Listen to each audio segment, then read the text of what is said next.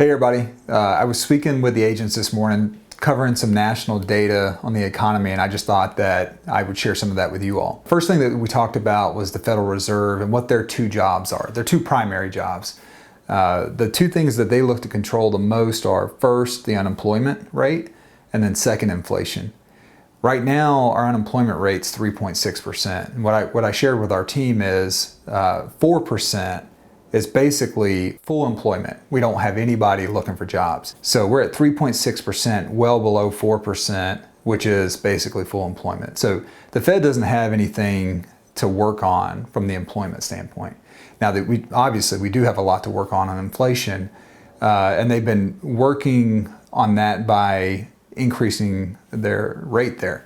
And it's starting to have an impact. We've just recently in the April data saw a downtick in inflation. Now we don't know if that's going to be a constant trend or not. You know, all that information is measured in arrears, but at least we saw a downtick. So the Federal Reserve, they've come out and they've said that they're looking to stop spending in the three categories. They're looking to basically stop housing, stop consumer spending, and they want to bring the stock market down to a realistic level. And they're gonna continue to increase rates until that happens.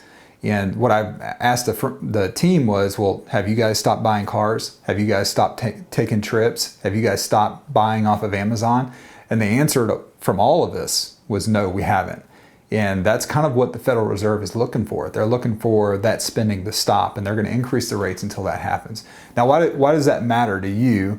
One, our interest rates on our mortgages, they're not dependent on the Federal Reserve's rate and rate hikes and all of that, but there is correlation there. What we believe is going to happen is that the interest rates for our mortgages are going to continue to increase in the near future.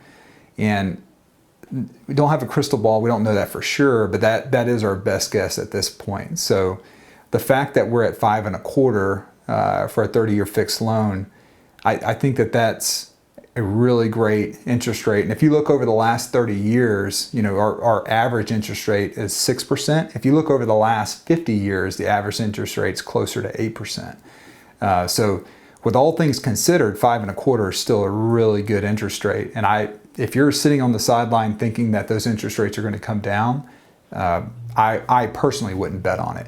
Now, if you really think you have some good data and that may happen, then we can look at adjustable rate mortgages that basically fix your rate at a lower interest rate for the next 5 years. And if you truly believe that interest rates will decrease, then we can address that 5 years from now. But for the time being, I would not plan for interest rates to go down. One of the other things that we talked about was, are we in a recession or are we not in a recession? By definition, the way I understand it is, a recession is negative growth over 2 consecutive quarters in a row. Now, we've received the data for Q1 of 2022, and we did have negative growth. We had negative 1.4% GDP. Now, we won't know till Q3 what the results of Q2 are, but it does feel like Q2 is just as slow, if not maybe a little bit slower than Q1. So if you were to ask me to predict, are we going to have 2 consecutive quarters of negative growth, then my guess would be yes. And to some extent, we're already living that out. Now, we'll find out in Q3. How does that apply to us? I do think that there will be some concern when it's a national topic of discussion that we are legitimately in a recession. But the market's already adjusting to that now. We're seeing less showings here in Austin. We've certainly seen less of a price increase on a home-by-home basis. The way that we've kind of explained it to our clients is the good stuff still sells really well. It's the bad stuff that used to sell quickly 6 months ago. The bad stuff doesn't sell quick anymore.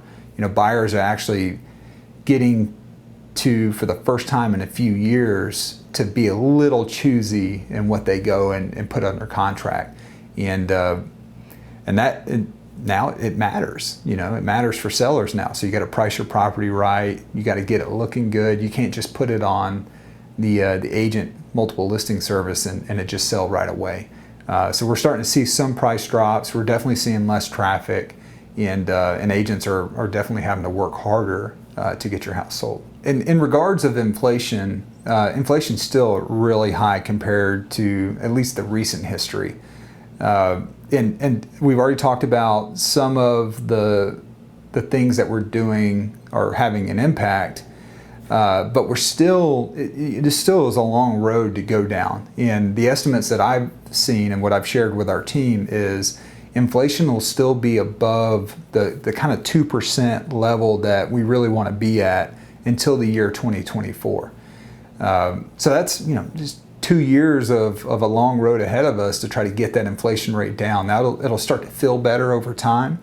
But just understand, we're at about 8% now, and we really need to be at 2%. So we're gonna have to do multiple things and do it really well to kind of drive that down.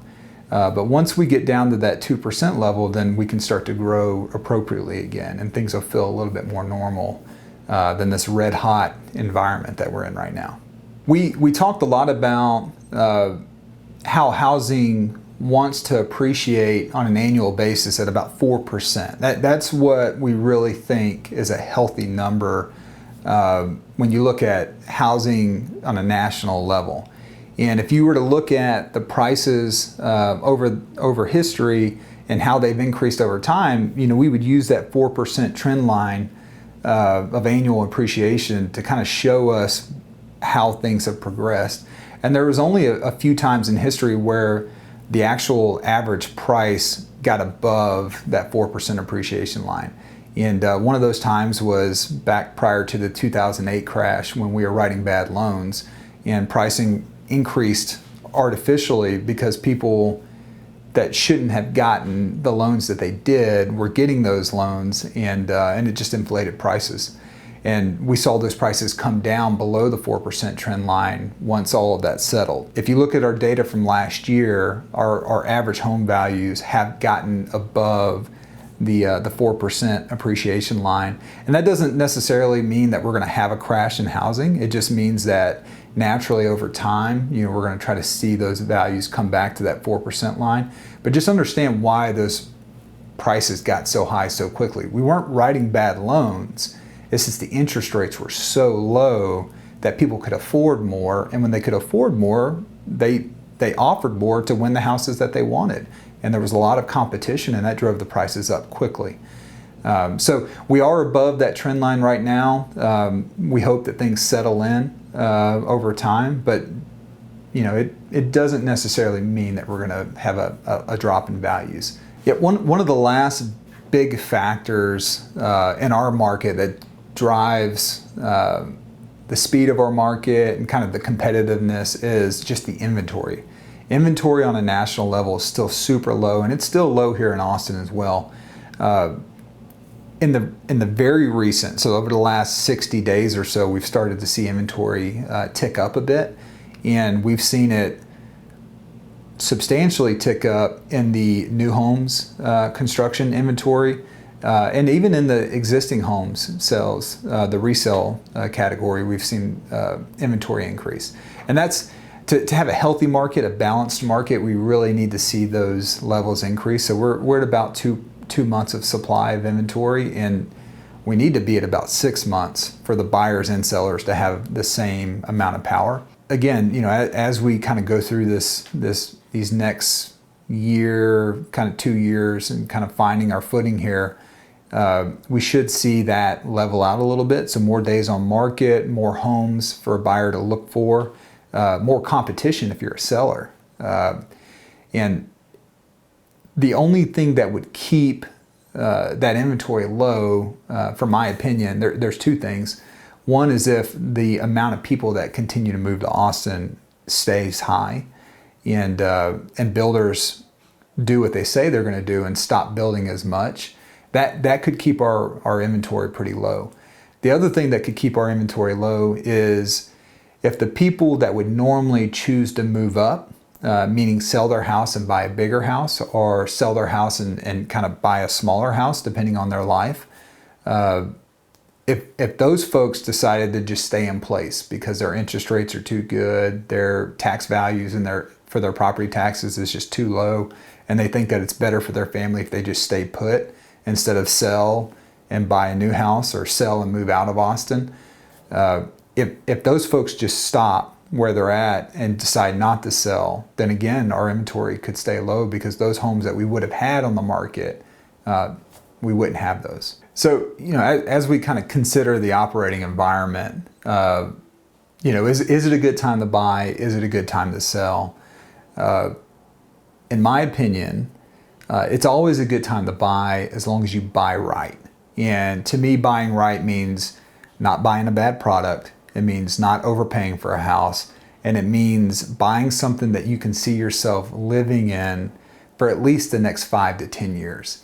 Economic cycles move in kind of 8 to 10 year increments. So even if we were to have the bottom fall out on prices, over time we've seen things rebound, and it takes 10 years to rebound. And it doesn't always take 10 years, but every economic downturn that we've ever had has fully recovered in a 10-year period. So if you believe that you're going to be in that house for 5 to 10 years, I think it's still a great time to buy. Let's just do it right. If you're selling, the good stuff still sells well. And for me, the good stuff means that you got your house priced well, you got it looking good, the best it can look, and that you market that thing the best you can in as many different ways as possible. And we pride ourselves here on doing that at a really high level. And frankly, you would have to force us to sell it the wrong way. So we're going to work really hard to have your home ready to go, and we'll get it sold. Okay, so if you found value in this video and you think you would like more of it in the future, please subscribe to the channel. If you have questions, shoot me your questions. A lot of our content comes from just answering questions for our folks. So please share the video, please subscribe to the channel, please share your questions with us.